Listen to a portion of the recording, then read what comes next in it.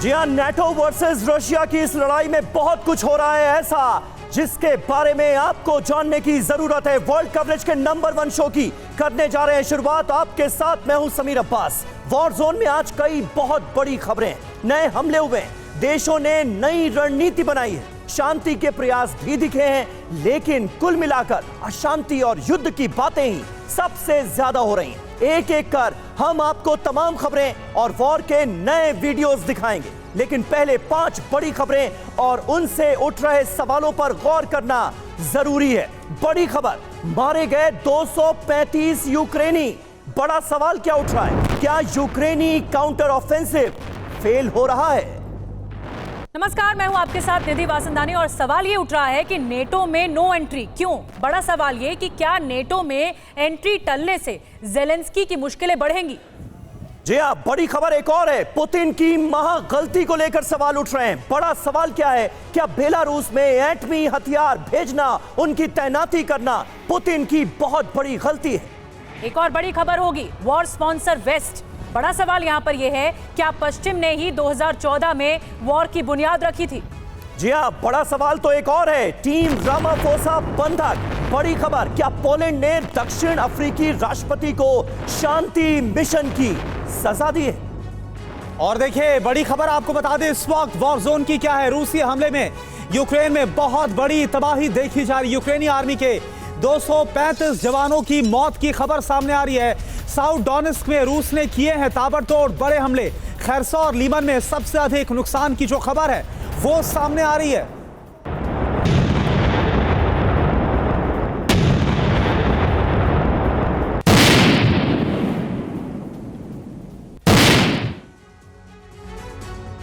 और देखिए, निश्चित तौर पर यूक्रेन के लिए यह बहुत बड़ी क्षति है, बहुत बड़ा नुकसान है। आइए रूस के इस अटैक की पूरी डिटेल हम अब आपके सामने रखने जा रहे हैं, उस पर नजर डालिए। मारे गए 235 यूक्रेनी सैनिक, ये बहुत बड़ी संख्या है। दक्षिणी डोनेस्क में यह हमला हुआ है। खेरसॉन में 40 और लीमन में 50 सैनिकों की जान गई है। बड़े पैमाने पर यूक्रेनी सैनिकों की मौत देखिए कितनी हुई है, 235। 4 टैंक धराशायी हुए हैं, 2 इन्फेंट्री फाइटिंग व्हीकल जो है वो बर्बाद हुई है। आर्मर्ड फाइटिंग व्हीकल की संख्या बताई जा रही है 14, जिसे कर दिया गया है बर्बाद। इसके अलावा यूएस में, अमेरिका में बनाए गए आर्टिलरी सिस्टम जो है उनकी संख्या 1 बताई जा रही है, होवित्जर 1, एयर डिफेंस सिस्टम 2 और MI-24 हेलीकॉप्टर अच्छी खासी संख्या में बर्बाद किए गए हैं। इनकी संख्या बताई जा रही है 14। तो बड़ा नुकसान हुआ है यूक्रेन को, इसमें कहीं कोई शक नहीं है। 235 सैनिकों की जान भी गई है ताजा हमलों में। और इस वक्त हमारे साथ तमाम खास मेहमानों का एक बड़ा पैनल जुड़ रहा है, उनसे आपका तारुफ करा दें। मेजर जनरल SP सिन्हा बतौर डिफेंस एक्सपर्ट हमारे साथ जुड़ चुके हैं। एयर मार्शल राजेश कुमार हमारे साथ मौजूद हैं। इसके अलावा कमांडर राजीव सरदाना हमारे साथ मौजूद हैं और एम्बेसडर JK त्रिपाठी साहब हमारे साथ जुड़ रहे हैं इस खास कवरेज में। SP सिन्हा साहब, पहला सवाल आपसे, यूक्रेन के लिए यह कितनी बड़ी क्षति है, कितना बड़ा नुकसान है और इस तरह के हमलों के बाद युद्ध को किस मुहाने पर आप पाते हैं?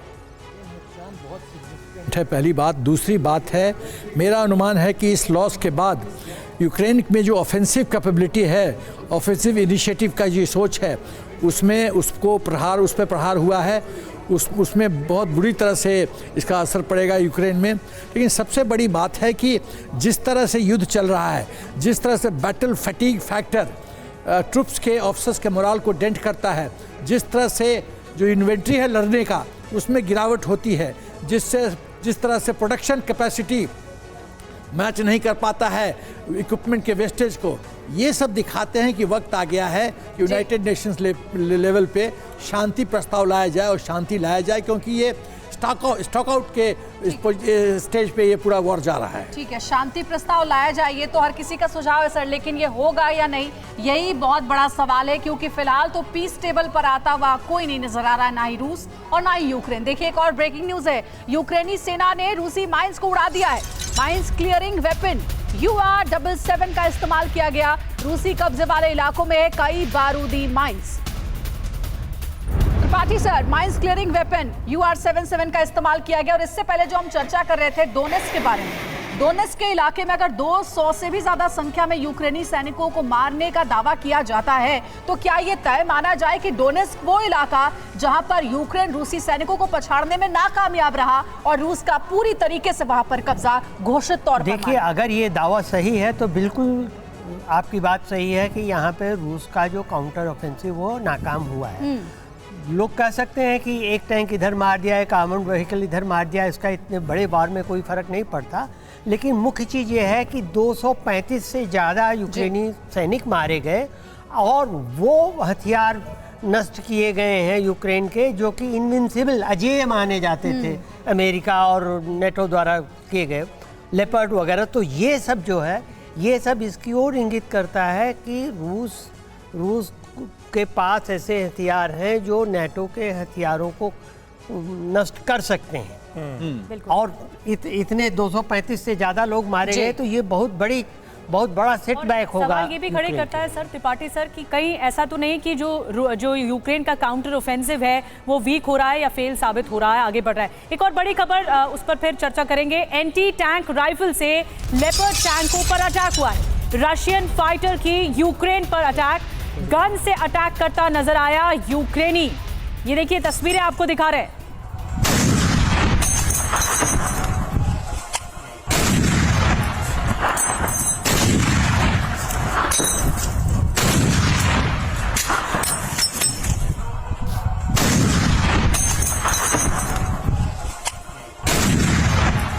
गन अटैक हुआ है, ताबड़तोड़ गन अटैक हुआ है। ये यूक्रेनी सैनिक आपको दिख रहा है, सबसे नया वीडियो है। हमारे साथ एयर मार्शल राजेश कुमार जी इस वक्त मौजूद हैं। एक तरफ नेटो में नो एंट्री यानी जेलेंस्की की मुश्किलें सर बढ़ रही हैं, लेकिन काउंटर ऑफेंसिव को लेकर क्या यूक्रेन जेलेंस्की वीक पड़ते जा रहे हैं? क्या ये समझ में नहीं आ रहा कि अभी इस वक्त युद्ध में क्या मोड़ लेना है? देखिए, मेरे ख्याल से ये काउंटर ऑफेंसिव को बहुत ज़्यादा पब्लिसाइज किया गया था और इसमें काफ़ी टाइम भी लगा था। तो मेरे हिसाब से रशिया जो है वो काफ़ी तैयार था और उन्होंने काफ़ी इनोवेटिव टैक्टिक्स लगाए हैं उस काउंटर ऑफेंसिव को ब्लंट करने के लिए। और सबसे बड़ा ये है कि वो माइनफील्ड के आगे भी लड़े हैं, जो यूक्रेन ने एक्सपेक्ट नहीं किया था, इसलिए उनकी कैजुअल्टी इतनी ज़्यादा हो रही हैं। और नेटो में अगर नो एंट्री है तो फिर ये लड़ाई किस लिए हुई? At the end of the day अगर हम जो मेजर मुद्दा था, जो पुतिन ने कहा था कि यूक्रेन नेटो ज्वाइन नहीं कर सकता, तो अगर उसी पर सभी सहमत है तो फिर ये लड़ाई किस लिए है? फिर तो तुरंत शांति की तरफ बढ़ना चाहिए।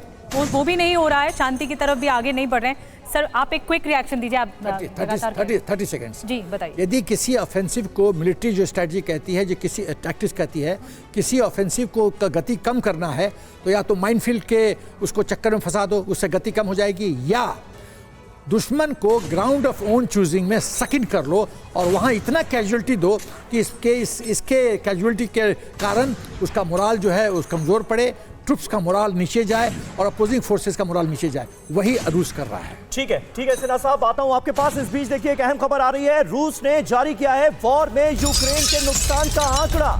ये आंकड़ा क्या कहता है? वॉर में अब तक 444 यूक्रेनी कॉम्बैट एयरक्राफ्ट गिरा दिए गए। यूक्रेन ने 10,000 के करीब टैंक और दूसरे आर्मर्ड व्हीकल भी खोए हैं, इनका नुकसान हुआ है। यूक्रेन को सैकड़ों हेलीकॉप्टर्स और हजारों ड्रोन्स का नुकसान हुआ है, ये बताया गया है रशिया की तरफ से। यानी ये बताने की कोशिश कि रूस ने कितना बड़ा नुकसान किया है यूक्रेन का, वो भी तब जब तमाम नेटो मुल्क उसके साथ।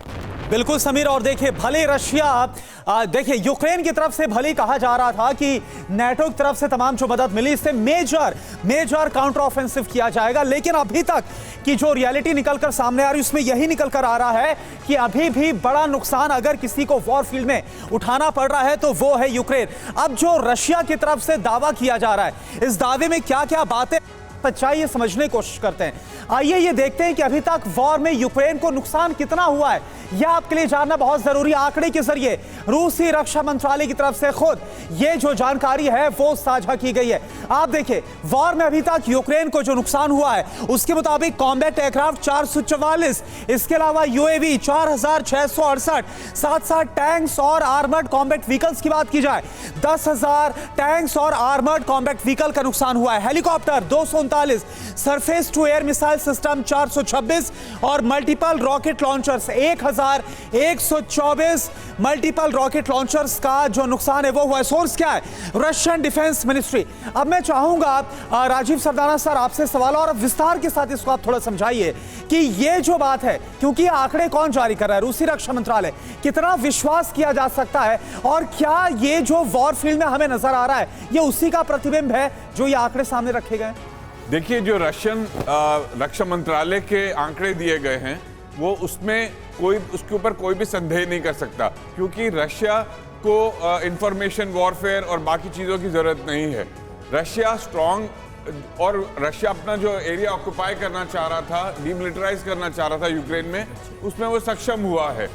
तो इसलिए ऐसा क्यों? लेकिन रूस की तरफ से जो आंकड़े जारी किए जा रहे हैं आप कह रहे हैं उस पर संदेह नहीं किया जा सकता। यूक्रेन की तरफ से जो आंकड़े जारी किए जाते हैं उस पर तो आप हमेशा संदेह जताते हैं। बिल्कुल जताते हैं, क्योंकि यूक्रेन अकेला नहीं लड़ रहा, नेटो पूरा साथ लड़ रहा है, उनके अमेरिका साथ लड़ रहा है। तो इसलिए अपने हथियार बेचने के लिए, अपने आप को जस्टिफाई करने के लिए कि हमने इतने हथियार दिए इसलिए हम काउंटर ऑफेंसिव ऑपरेशन दिखा रहे हैं। लेकिन चाहे प्रैक्टिकली कुछ भी ना हो रहा हो, ये जो सारा माल दिया जा रहा है, इनको एड दी जा रही है और वेपन्स दिए जा रहे हैं, इसको जस्टिफाई करने के लिए काउंटर ऑफेंसिव का नाम दे रखा है।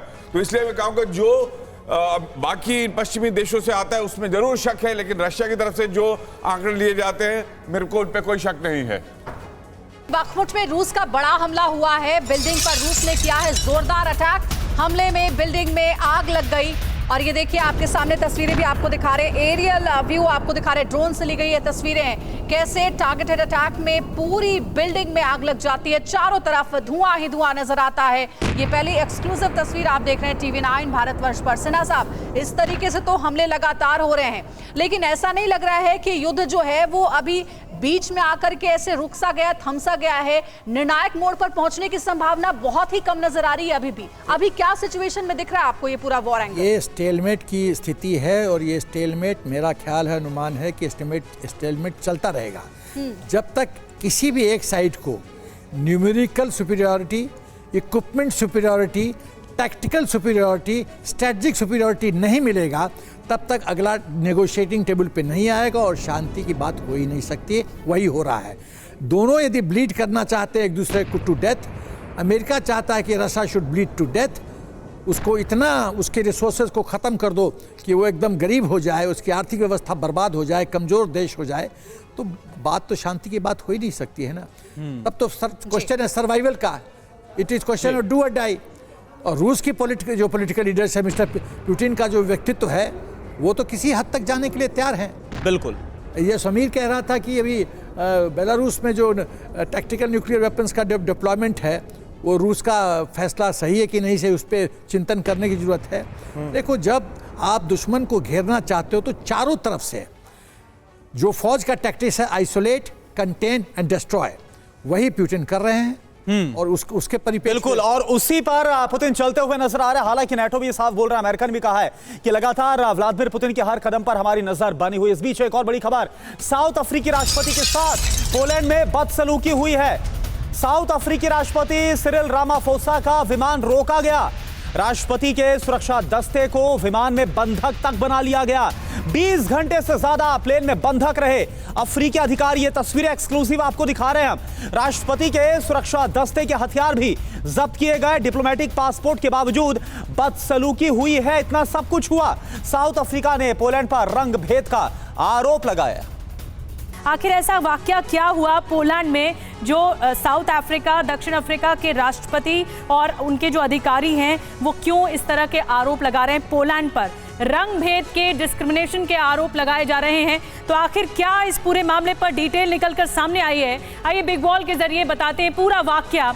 दक्षिण अफ्रीकी राष्ट्रपति के साथ दूसरे अफ्रीकी देशों की टीम के रूस यूक्रेन पीस मिशन के दौरान ये सब हुआ।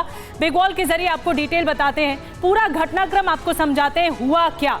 दक्षिण अफ्रीकी राष्ट्रपति की टीम क्या बंधक बनाई गई। 100 सुरक्षा कर्मी 20 घंटे तक बंधक बनाए गए, ये कहा जा रहा है। रामाफोसा के सुरक्षा दस्ते को प्लेन में ही बंधक बना लिया गया। रामाफोसा के ये सुरक्षा कर्मी भी इसमें थे। साथ में सफर कर रहे पत्रकारों को भी होस्टेज किया गया, बंधक बनाया गया। विमान में 100 से ज्यादा सुरक्षाकर्मी और 20 पत्रकार थे। 19 घंटे से ज्यादा समय तक सबको प्लेन में बंधक बनाकर रखा गया। साउथ अफ्रीकी उच्च अधिकारियों की तलाशी भी ली गई। पोलैंड के अधिकारियों ने कार्गो भी जब्त कर लिया है। और अफ्रीकी नेताओं के साथ रूस यूक्रेन पीस मिशन पर हैं रामाफोसा, उनके साथ ये घटना हुई। साउथ अफ्रीका ने पोलैंड पर रंगभेद का आरोप लगाया है। त्रिपाठी सर, मैं आपके पास आ रही हूं। ये मसला बहुत ज्यादा गहराता जा रहा है और गंभीर भी है। पोलैंड पर बहुत गंभीर आरोप लगा रहे हैं, लेकिन ऐसा क्यों हुआ? क्या पोलैंड को किसी तरह की कोई सूचना मिली थी या कुछ लीक हुआ है जिसके आधार पर पोलैंड इस हद तक आगे बढ़ गया कि होस्टेज कर लिया गया? देखिए, मेरे ख्याल से ऐसी कोई सूचना की बात नहीं है, ऐसी कोई जानकारी नहीं सामने आई है। लेकिन ये बात है कि अगर सूचना मिली भी होती तो भी ये सरासर वियना कन्वेंशन का उल्लंघन है, क्योंकि कन्वेंशन के हिसाब से किसी भी देश के राष्ट्राध्यक्ष और डिप्लोमेटिक पासपोर्ट धारक लोगों को, अधिकारियों को जो कि ऑफिशियल ड्यूटी पर हैं, उनको आप टच भी नहीं कर सकते, कहीं ट्रांजिट में भी हो तो भी। और उनका प्रेसिडेंट को, उनके प्लेन को भी नहीं है आप छू सकते, क्योंकि ये पर्सनल नॉन वायलेबिलिटी। लेकिन आपको नहीं लग रहा त्रिपाठी जी की पूरी दुनिया में इस तरह की स्थिति बन गई है कि अंतर्राष्ट्रीय नियम कायदों की किसी को कोई परवाह ही नहीं रह गई? ये बात सही है। कई ऐसे मामले हुए हैं कि ऐसा किया गया। इवन अमेरिका ने कई ऐसे मामले किए हैं जी पीछे भूतकाल में। लेकिन ये चीज़ है कि आखिर ये तो जा रहे थे, पुतिन से इन्होंने बात की थी, इन्होंने जेलेंस्की से बात की थी, ये पीस मिशन पे थे। बिल्कुल। और ऐसी हालत तब भी इनके साथ इस तरह का व्यवहार किया गया, जिसको लेकर सवाल उठ रहे हैं और सवाल उठने लाजमी भी हैं। इस बीच एक अहम खबर, पुतिन ने पश्चिम को बताया है समस्या की जड़। यूक्रेन वॉर के लिए वेस्टर्न कंट्रीज को ठहराया गया है जिम्मेदार। 2014 में ही पड़ गई थी वॉर की बुनियाद, ये कह रहे हैं व्लादिमीर पुतिन। सुलह फॉर्मूले पर पुतिन की अफ्रीकी नेताओं से भी बात हुई है। सुलह की किसी भी कोशिश का स्वागत किया जाएगा, यह भी कहा गया है रूसी राष्ट्रपति की तरफ से। तो इसमें कहीं से कोई दो राय नहीं है कि इस युद्ध में हमने यही देखा है कि पश्चिमी देशों ने, विशेष रूप से अमेरिका की अगर बात करें तो यूक्रेन को प्रोवोक करने का ही काम किया है, इस युद्ध में फ्यूल करने का काम किया। और यही वजह है कि युद्ध अभी तक चलता ही जा रहा है, खत्म होने का नाम नहीं ले रहा, ना ही पीस टेबल पर दोनों ही देशों में से कोई भी आने को तैयार है। आइए देखते हैं कि अफ्रीकन लीडर से बातचीत के बाद पुतिन ने और क्या कहा है पश्चिमी देशों को लेकर के। बिग बॉल पर सारी जानकारी आपके सामने रखेंगे। सबसे पहले 2014 में ही मौजूदा युद्ध की बुनियाद पड़ी। अफ्रीकी नेताओं से मीटिंग के बाद पुतिन ने यह बयान दिया और उसके बाद उन्होंने कहा कि 2014 में डोनबास के खिलाफ कीव आक्रामक हुआ। समस्या की जड़ में यूक्रेन के पश्चिमी स्पॉन्सर है, क्योंकि पश्चिमी देश जो हैं वो वही हथियारों से भी और पैसों से भी यूक्रेन की मदद कर रहे हैं। पश्चिम ने शांति कोशिशों को नकार दिया। किसी ने भी ये नहीं कहा यूक्रेन को, ज़ेलेंस्की को ये नहीं समझाया कि युद्ध रोकने के लिए बातचीत की पहल करो। पश्चिम के रुख से ही रूस हमले को मजबूर हुआ है। कुल मिलाकर हमने यही देखा कि पश्चिमी देशों ने यूक्रेन को उकसाने का काम किया। डीपीआर और एलपीआर पर हमारा रुख, यानी कि रूस का रुख यूएन चार्टर के हिसाब से। रूस ने कभी सुलह की कोशिशों से मना नहीं किया, ये कहा है पुतिन ने अफ्रीकी नेताओं से मीटिंग के दौरान, जो कि बहुत ही बड़ी बात है। राजेश कुमार सर, मैं आपके पास आना चाहूंगी। पुतिन जिस तरीके से बात कर रहे हैं उससे तो यही लग रहा है कि अभी भी अगर ज़ेलेंस्की बातचीत की पहल करे तो वो पीस टेबल पर आने के लिए तैयार है। लेकिन ज़ेलेंस्की के साथ दिक्कत यह है कि बिना अमेरिका, बिना पश्चिमी देशों के इशारे के वो कोई काम करते ही नहीं है। इस बातचीत को आप कैसे लेते हैं जो अफ्रीकी नेताओं से पुतिन ने की है? तो ये जो अभी बातचीत चल रही है और जो पुतिन का जो बयान सामने आया है, उसके कई तथ्य ऐसे हैं जो वेरीफाई हो चुके हैं। जैसे जो चांसलर मर्केल ने बताया था कि ये जो मिन्स्क 1 और 2 अकॉर्ड्स हमने साइन किए थे वो सिर्फ टाइम खरीदने के लिए किए थे, और ये जो उनके बीच में जो समझौता हुआ था उनको कभी मानने की जो है उनकी कोई वो नहीं थी। तो ऐसे में प्रोवोक तो ज़रूर किया गया है पुतिन को, और पुतिन कई बार बोल चुके थे कि यूक्रेन नेटो ना ज्वाइन करे। पर जब ये वॉर स्टार्ट हुई है तो शुरू में उनका जो मकसद था वो रेजिम चेंज था, क्योंकि उनको पता था कि ज़ेलेंस्की कभी उनकी बात नहीं मानेंगे। पर जब ये जिस तरह से इस लड़ाई का रुख आया है तो अब जो है ये वॉर ऑफ अट्रिशन बनती जा रही है। और इसीलिए पुतिन बोल रहे हैं वो नहीं चाहते कि ज़्यादा नरसंहार हो, क्योंकि ये अट्रिशन वॉरफेयर में यूक्रेन के जो ये जनरेशन है वो भी ध्वस्त हो जाएगी। और बिल्कुल, और सर वो तबाही लगातार हम देख भी पा रहे हैं। जहां जहां पर इस वक्त रशिया का कब्जा हुआ है, उसके पहले जो वॉर छिड़ती है और उसके बाद इलाके के इलाके वीरान हो जाते हैं। आप देखिए एक और बड़ी खबर, वॉर जोन में Mi-24V का बड़ा एक्शन देखने को मिला। यूक्रेन का रूसी ठिकाने पर बड़ा हमला, अटैक हेलीकॉप्टर से दागी गई है मिसाइलें।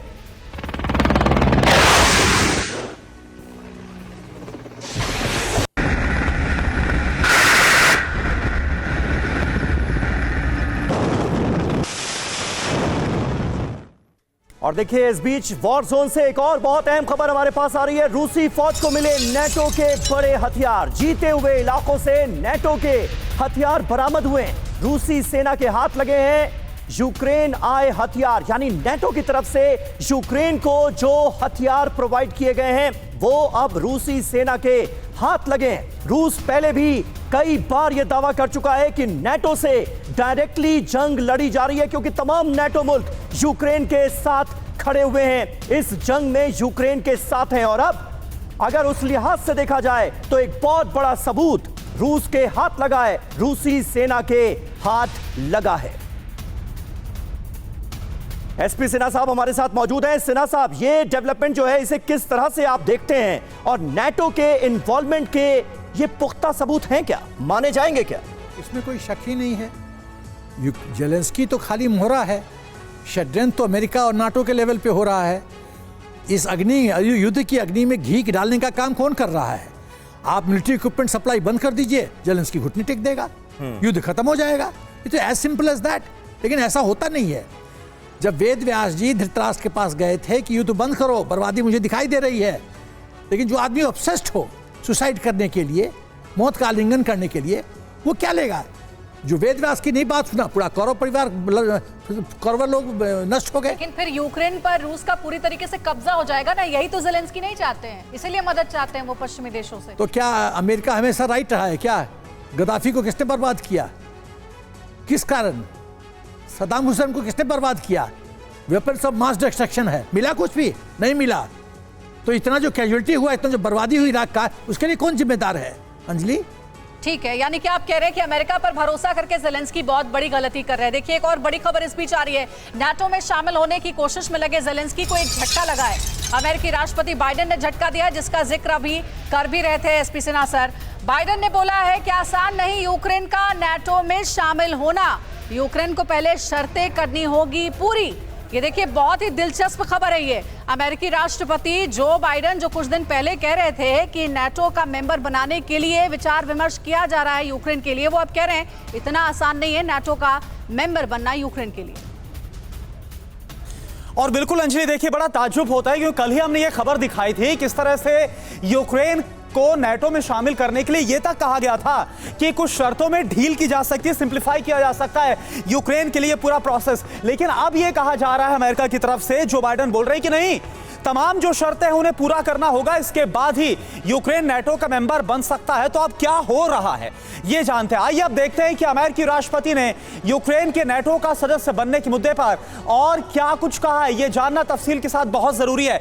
यूक्रेन को नाटो में शामिल करना इतना आसान नहीं है, यह साफ कह दिया गया। नाटो में शामिल होने की प्रक्रिया लंबी है और काफी कठिन है, जटिल है। इसके साथ ही नाटो में यूक्रेन के शामिल होने में वर्षों लग सकते हैं। यूक्रेन को इसके लिए सेना और सरकार में सुधार करने होंगे। अब तमाम जो शर्तें हैं वो रखी जा रही हैं। यूक्रेन को जल्द नाटो में लाने के लिए यूएस विशेष छूट नहीं देगा, यह बात गौर करने वाली है। जो भी नाटो में शामिल होना चाहता है उसे मानक पूरे करने ही होंगे। यूक्रेन को नाटो सदस्य तुर्की की आपत्तियों को भी दूर करना होगा, जिस तरह से हम देख रहे हैं स्वीडन के केस में भी हो रहा है, और यह बात जो बाइडेन की तरफ से कही गई है।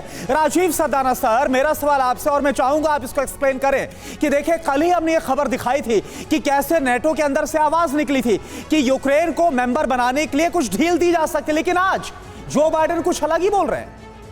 देखिए बात सही है कि यूक्रेन को इतनी आसानी से नाटो की सदस्यता नहीं दी जाएगी।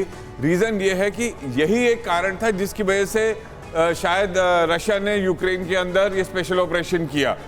तो आज अगर कहते हैं खुल के वो इसको नाटो में सदस्यता दे देते हैं तो अपने आप ये जंग और भी भीषण हो जाएगी, फिर आमने सामने का टकराव होगा।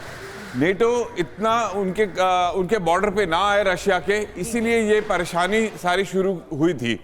तो मेरा मानना ये है कि यदि जो बाइडेन चाहते हैं कि शांति बनी रहे और ये मामला थोड़ा शांति से सुलझे तो उन्हें नाटो की सदस्यता यूक्रेन को नहीं देनी चाहिए। बिल्कुल, बहुत बड़ी बात आप कह रहे हैं सरदाना सर। मैं आऊंगी सिन्हा सर आपके पास भी, लेकिन यहाँ पर अमेरिका ने आंख दिखाकर एक बहुत बड़ा संदेश दिया है यूक्रेन को, बहरहाल कि नेटो की एंट्री मुश्किल है। एक और बड़ी डिटेल आप तक पहुंचाते हैं। यूक्रेन को नेटो में शामिल होने के मुद्दे पर अमेरिका ने जिस तरीके से तेवर दिखाए हैं उसके बाद कुछ गंभीर सवाल उठ रहे हैं। अब आइए उन सवालों पर गौर करते हैं। क्या है वो सवाल, क्यों अमेरिका इस तरह से कर रहा है? नेटो में क्या एंट्री नहीं हो सकती? क्या यूक्रेन रूस और पश्चिम के बीच पिसने वाला है? पहला सवाल। दूसरा सवाल ये कि क्या अमेरिका सिर्फ यूक्रेन का इस्तेमाल कर रहा है और बाकी असल लड़ाई तो रूस के साथ है? तीसरा सवाल, क्या यूक्रेन में अमेरिका सिर्फ अपना फायदा देख रहा है? चौथा सवाल, क्या पश्चिम अब यूक्रेन पर अपनी सख्त शर्तें थोपेगा? पांचवा सवाल, क्या पश्चिम वेस्ट रुख से यूक्रेन के अंदर ज़ेलेंस्की कमजोर होंगे, वीक पड़ेंगे? ये बहुत अहम सवाल हैं जो कि लगातार सामने आ रहे हैं अमेरिका के तेवर के बाद। बहुत क्विक रिएक्शन सिन्हा सर आप। पहला चीज़ कि अमेरिका यूक्रेन को कभी भी नाटो में नहीं लाएगा। उसका कारण नंबर 1, यदि वो सदस्य बनाता है तो इसका मतलब है कि पूरे वेस्टर्न कंट्रीज, पूरा नाटो और अमेरिका सकिन हो जाएंगे बैटल में। रूस को लिबर्टी होगी उनके भौगोलिक क्षेत्र पर अटैक करने के लिए, क्योंकि वो युद्ध में जुड़ गए हैं। अमेरिका की स्ट्रेटजी बहुत साफ है, रूस को ब्लीड करो, अपना आर्म्स बेचते रहो, दुकानदारी, आर्म्स इंडस्ट्री की दुकानदारी चलती रहे, आग लगाए रखो, रूस को यूक्रेन में इंगेज करके रखो और मलाई खाते रहो। ये स्ट्रेटजी है। बड़ी बात आप कह रहे हैं। एक और ब्रेकिंग न्यूज आपको दे दें। ईरानी ड्रोन से रूस का बड़ा हमला हुआ है। यूक्रेनी सैनिकों को निशाना बनाया गया। रूसी हमले में यूक्रेन को पहुंचा है भारी नुकसान।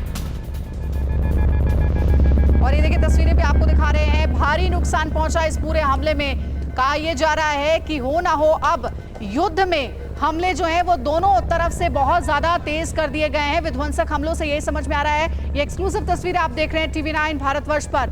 नया और ताजा वीडियो है ये वॉर का।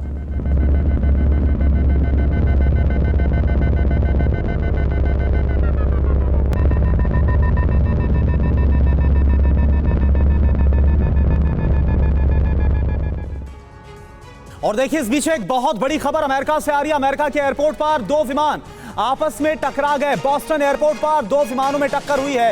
एयरपोर्ट पर खड़े विमान से टकराए यूनाइटेड 737 मैक्स प्लेन। तस्वीर आपके सामने। डेल्टा A321 से टकराया यूनाइटेड 737 मैक्स। डेल्टा A321 विमान एयरपोर्ट पर पार्क था। यूनाइटेड 737 मैक्स की स्पीड कम थी और देखिए इसी की वजह से विमान को मामूली क्षति पहुंची है, क्योंकि स्पीड बहुत कम थी जिस वक्त टक्कर हुई। लेकिन आप देखिए एक बहुत बड़ी यहां पर गलती, एक बड़ी चूक साफ तौर पर समझ आ रही है, क्योंकि जिस तरह से 2 विमान एयरपोर्ट पर टकराए हैं ये देखकर हैरानी होती है। और एक बड़ा हादसा भी हो सकता था अगर आप समझिए कि रफ्तार ज्यादा होती, लेकिन क्योंकि रफ्तार कम थी ऐसे में कम क्षति पहुंची है।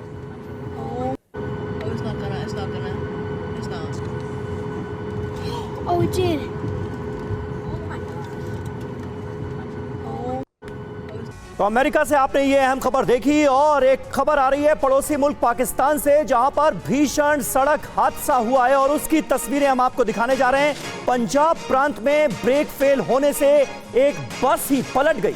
बस पलटने से 13 लोगों की मौके पर ही मौत हो गई। ये तस्वीरें आप देखिए, ये तस्वीरें बयां कर रही हैं कि यह हादसा कितना जबरदस्त था। मरने वालों में 5 महिलाएं और 3 बच्चे शामिल हैं। इस्लामाबाद लाहौर हाईवे की ये तस्वीरें हम आपको दिखा रहे हैं, जहां पर यह भीषण हादसा हुआ है। ब्रेक फेल हुआ और उसकी वजह से पूरी की पूरी बस पलट गई।